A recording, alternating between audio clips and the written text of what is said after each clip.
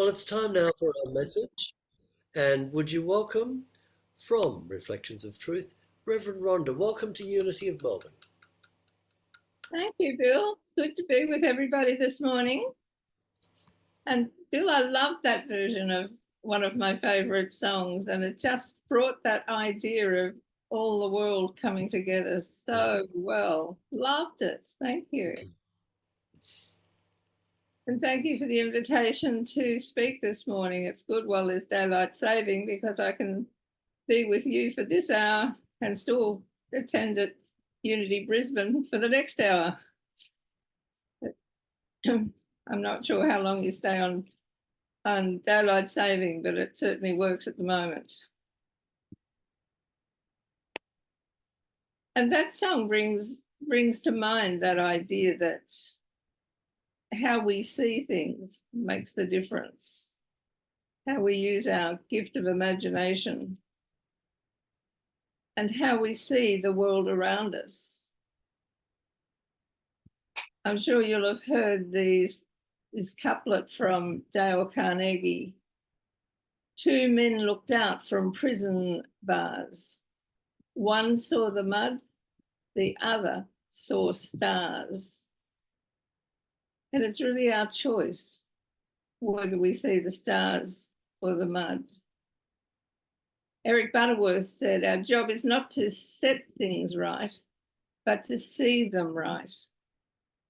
And when enough people see something right, then that's how it manifests. How we see the world around us is how it is for us. Just down the bottom of the hill from where I live, in fact, I can actually see it from my office window here. There's a little creek with the strange name of Humpy Bong. It's called Humpy Bong because this is actually here in Redcliffe, just north of Brisbane, is where the first white settlement was in Queensland. And they built stone houses, stone buildings, you know, for the convicts and the warders, and, you know, set up a community here. And then they started getting sick, and they thought it was the water, erroneously thought it was the water that they were drinking from the creek. And so they up and moved down to the next river, which is the Brisbane River, and founded Brisbane down there. And they actually got sicker down there because, of course, the problem was mosquitoes, not the water. But it left a very lovely place here. And the local, the original owners, the still caretakers of this area,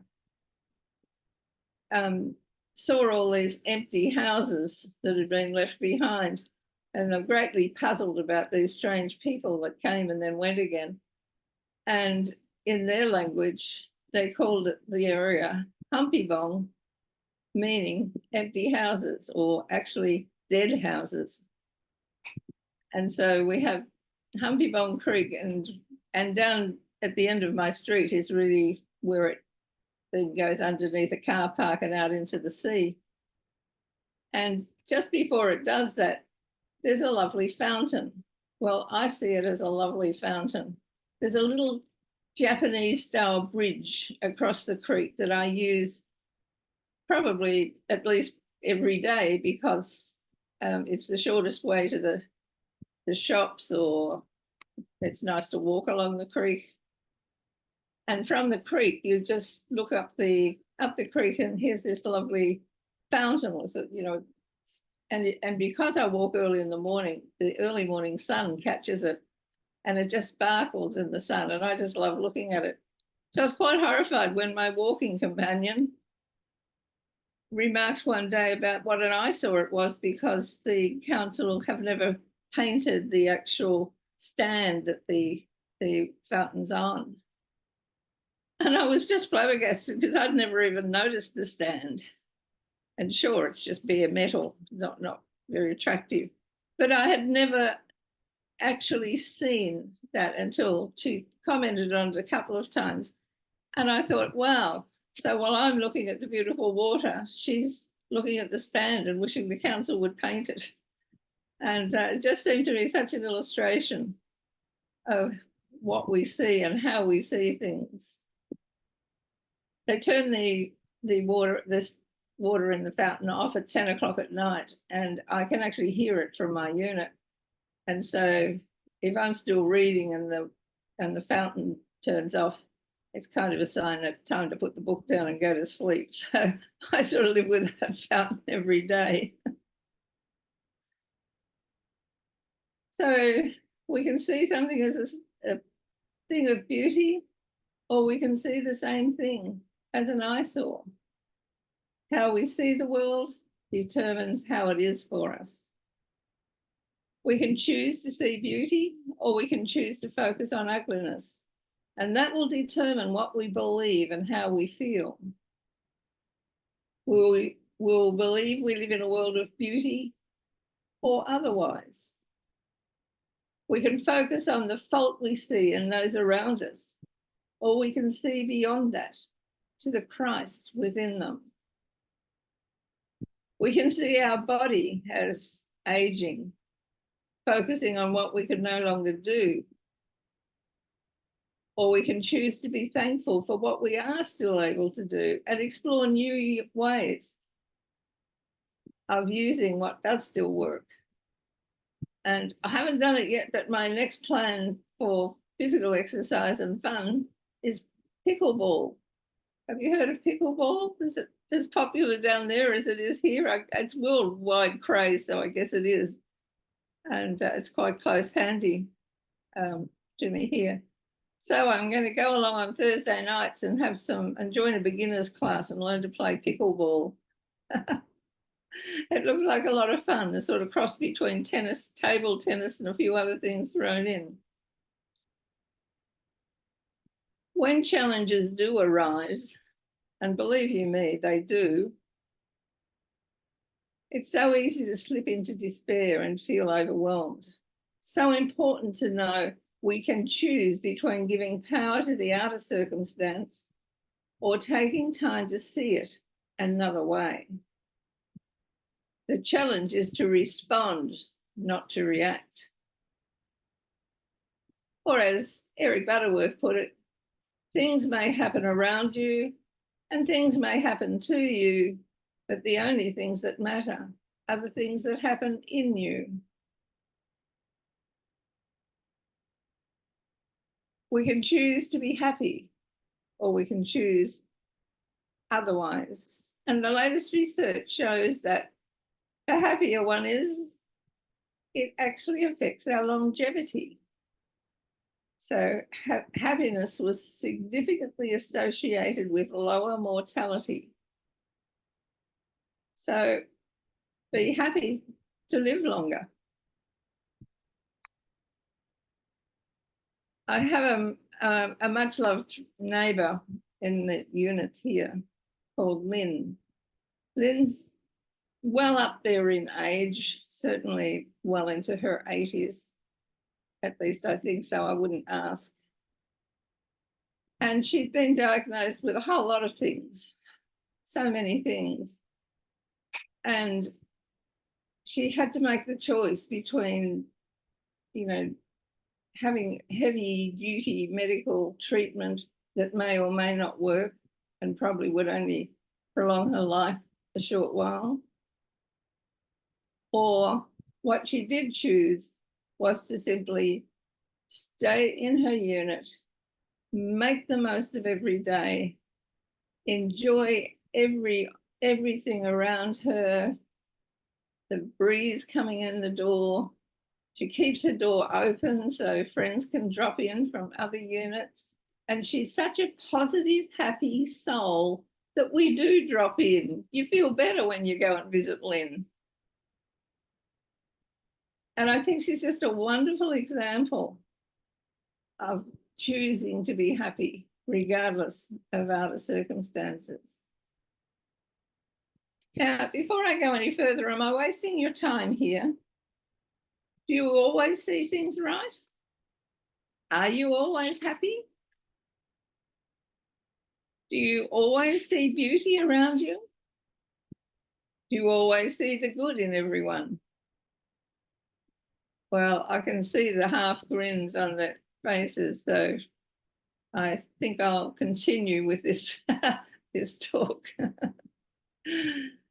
So, what are the blocks to happiness? I think a big one is regret. Whatever we've done in the past, we did the best that we could in that moment of time, or we would have done something differently. You know, we all have those things that if we could only turn back time and do that differently, make a different decision. No, we can't, but we can make a different decision about how we let it affect us today. And so regret is a good one to overcome. Now, grief, of course, is the obvious reason for unhappiness, and it's important when we have a loss to go through every component of the grief process. But we can do it looking forward rather than get stuck in looking back as we come through that process. Sometimes we let other people be a block to our happiness. How happy we'd be if our family and friends would only do what we want them to do. And another block is keeping happiness in the future. I'll be happy when. Does that ever come into mind? Oh, it'll be lovely when I can do this or when that happens. Let's find the happiness in today, like my friend Lynn has done so beautifully.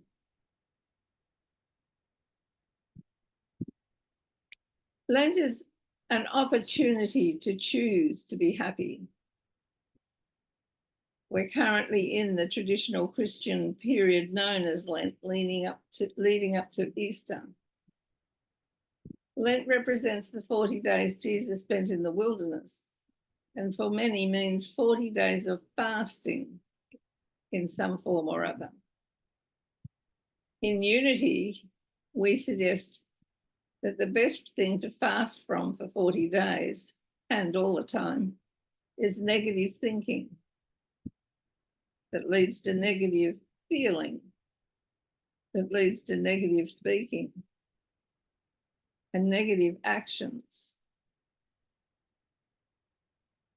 Letting go of whatever form of belief is holding us back from our good and focusing on the highest good for ourselves and for those around us. That's how we can get the most out of Lent.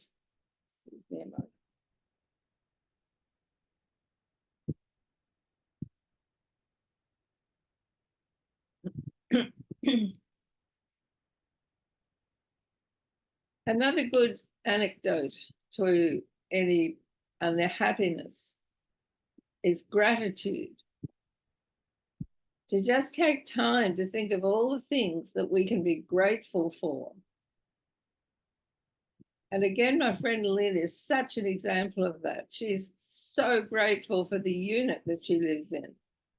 She's grateful for the fact that the sliding door in her living room faces towards the water.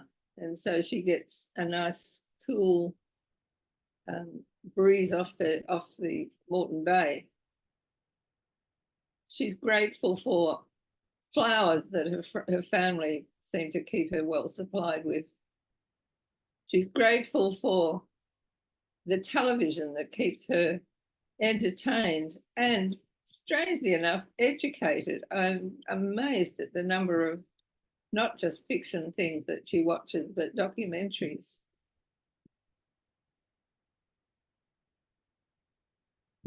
When she first made that decision that she was just going to stay home and live each day to the full, she wrote a list of the things that she'd never got to do, what she could, still within her capabilities could still do. Funnily enough, at the top of it was she'd never tasted sushi. So that was an easy one to fix. And the next one was she'd had a game of Scrabble for years, but she'd never learned to play it. Well, that was a fun one to help her fix. And what amazed me was a lady who's supposed to have been diagnosed with a brain tumour, how could she was so on the ball. I tried to teach one of the other ladies in the building to play Scrabble, and she just couldn't get the idea of joining, building on a word that was already there to make a new word and that sort of thing. Then just picked it up straight away. So I since introduced her to Quiddler. And if you've never played Quiddler, I suggest you seek it out. It's a great game. It's like Scrabble as a card game, but it's a lot of fun.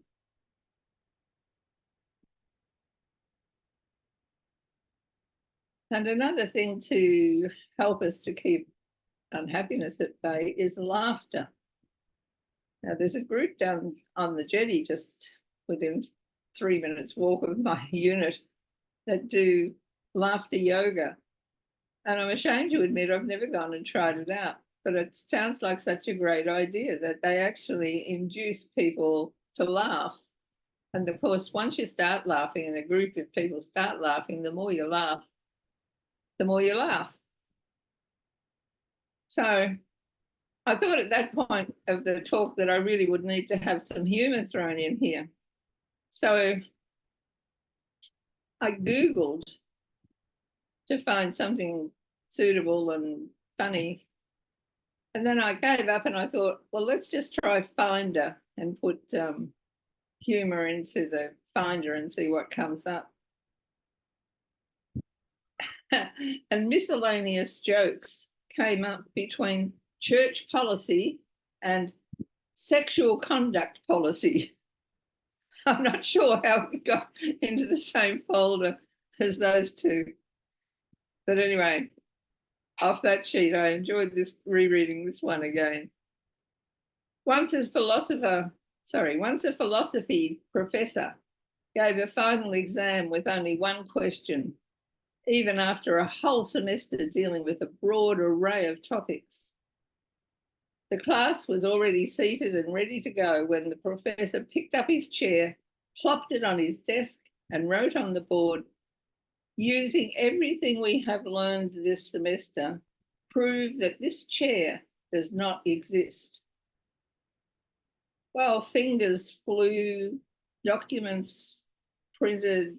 Some students wrote over 30 pages in the hour attempting to refute the existence of the chair.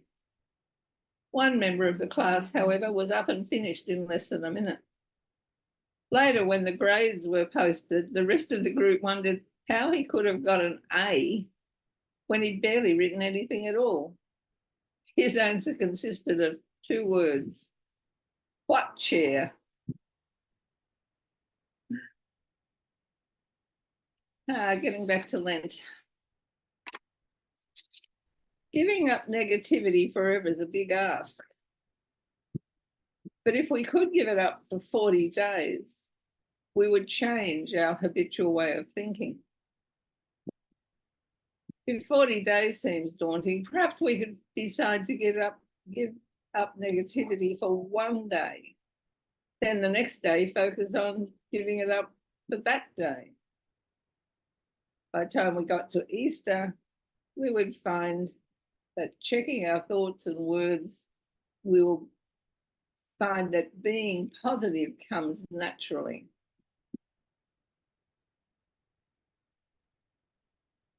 So it's 4 weeks till Easter. Can we refrain from any negativity today, for the next week, for 4 weeks? Maybe it's time we got our eyes checked to make sure we can see clearly all the good, the beauty, the kindness, the happiness that is there for us to see if we look for it. We see what we expect to see. So let's lift our expectations of what we're seeing.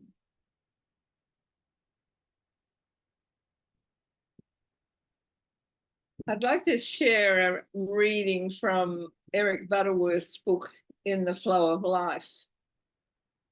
It's in the introduction, actually, to the book. And he talks about the origins of the word I, as in EYE. The word I comes from a Sanskrit root word which means fountain. This is beautifully significant, for when your mind is remolded from within, you are synchronized with the omnipresent flow of God, which streams out to the very act of seeing. You see from the consciousness of God. Thus, you actually project this consciousness towards everything your eye beholds. And he quotes Father Angelus, that thou seest, man, become too thou must. God, if thou seest God, dust, if thou seest dust.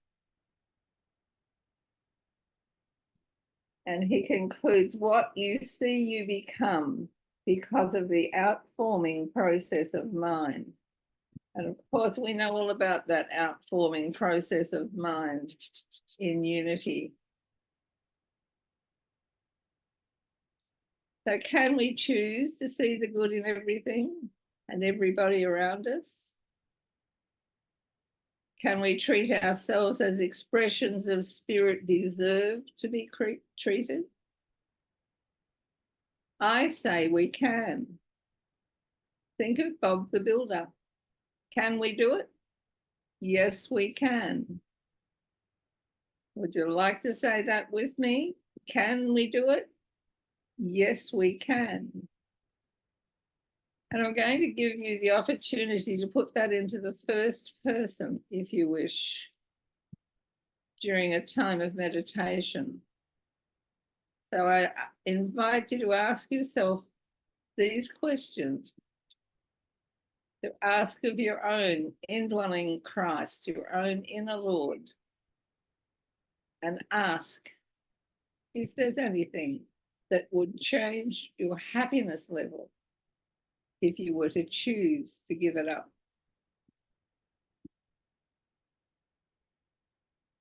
So I invite you to let your body be at rest,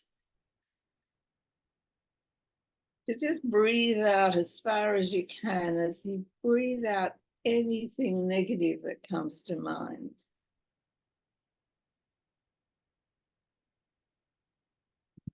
And as you breathe in, just breathe in the openness to spirit. I am open and receptive to the Christ spirit within me, guiding my every thought, my every word, my every action.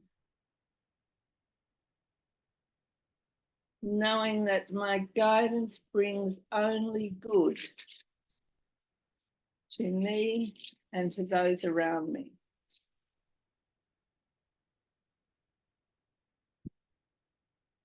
And let your body be at ease. Relax any tension that's accumulated from the stress of the modern life. Just shrug the shoulders a little to release any stress there, any tension.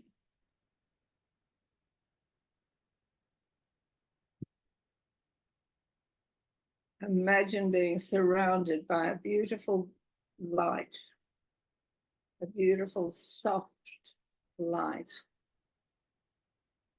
that just shines away anything less than peace.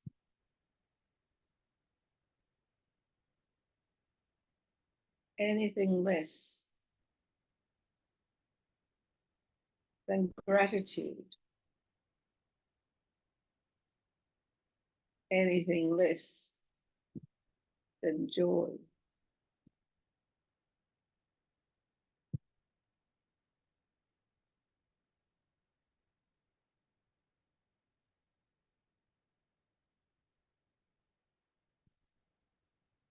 And so I ask these questions again, and I invite you to put them into the first person.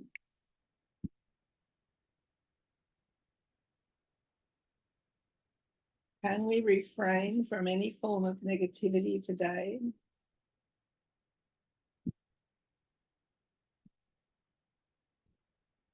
For the next week? For 4 weeks?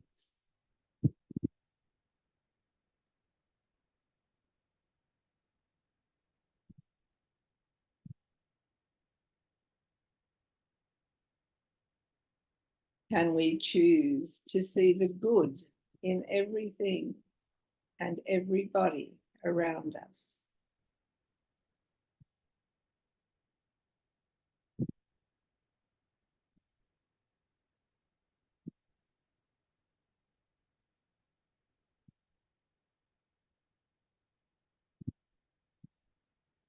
Can we treat ourselves as expressions of spirit deserve to be treated?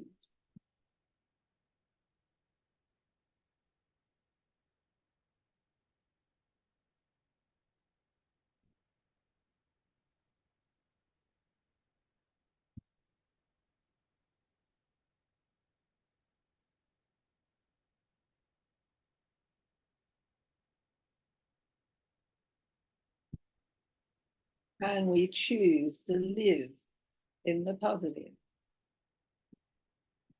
in gratitude, in joy?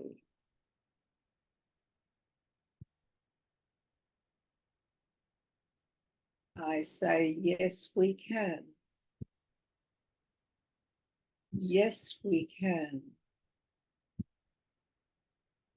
Yes, we can.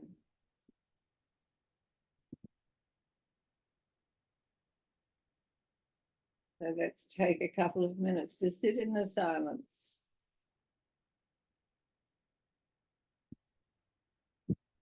with the answers to these questions.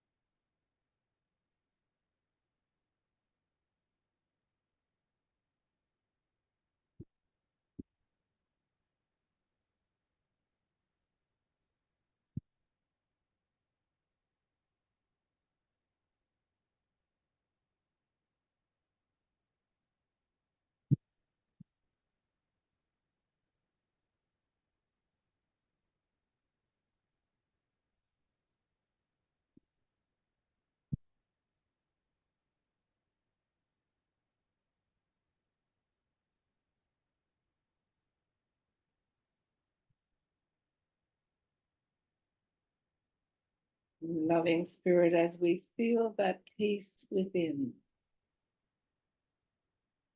we send out that vibration of peace to our loved ones, to all whose names are on our prayer list.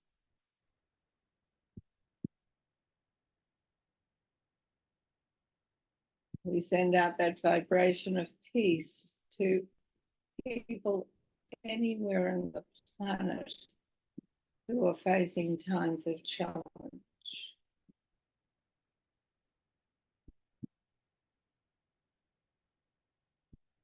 We especially send peace to Israel and the Gaza Strip and to Afghanistan.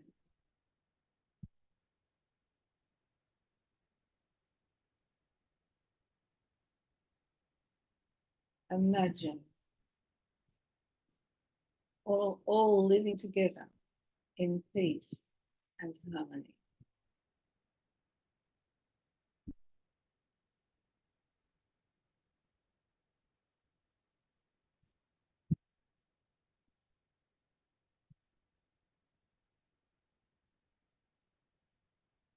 Loving spirit, we do give thanks for all the blessings that we enjoy every day in our privileged lives.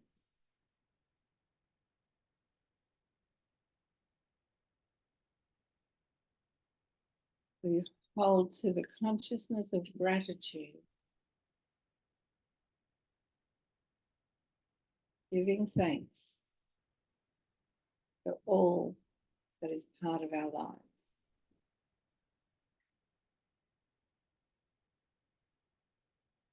And with gratitude, we say thank you. Thank you.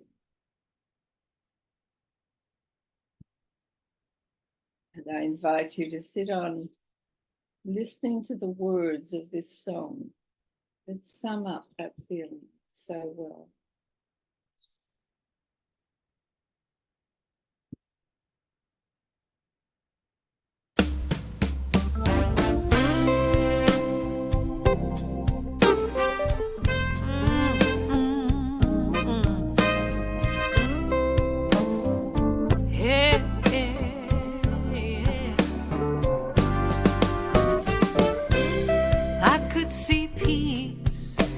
Instead of this, I could see peace. Instead of this, I could see peace. Instead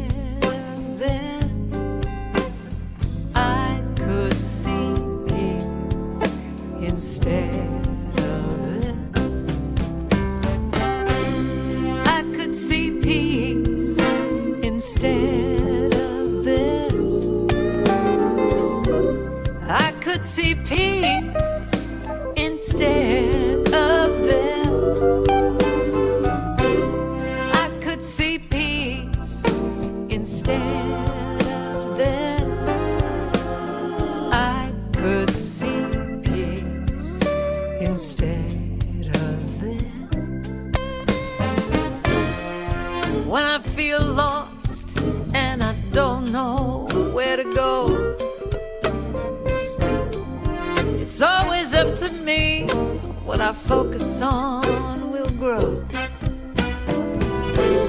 I could choose love, or I could choose fear. But if I want to be happy, the answer's so clear. I could see peace instead of this.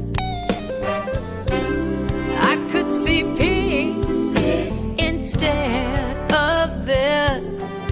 Yeah. I could see peace instead of this. I could see peace instead of this. When I'm troubled, feeling so alone,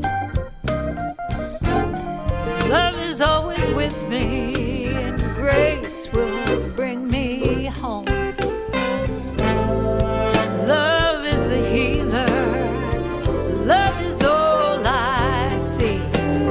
Each and every day, love is who I wanna be. So I could see love instead of this. I could see love instead of this. I could see love instead of this. And I could see love instead of this. Oh, oh, I could see peace instead of this. Yeah. I could see peace instead of this. Oh, I could see peace instead of this. I could see peace instead of this. And I could see love instead of this.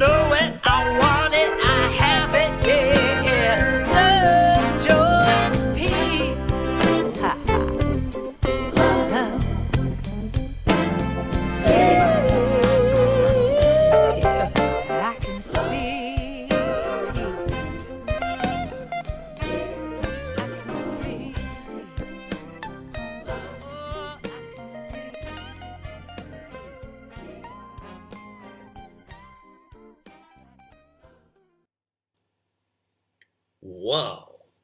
Thank you, Rhonda. Food for thought. Thank you. Thank you. And what a wonderful compilation. Thank you, Rod, for putting that together for that song. That was fitted beautifully. Thank you. Food for thought.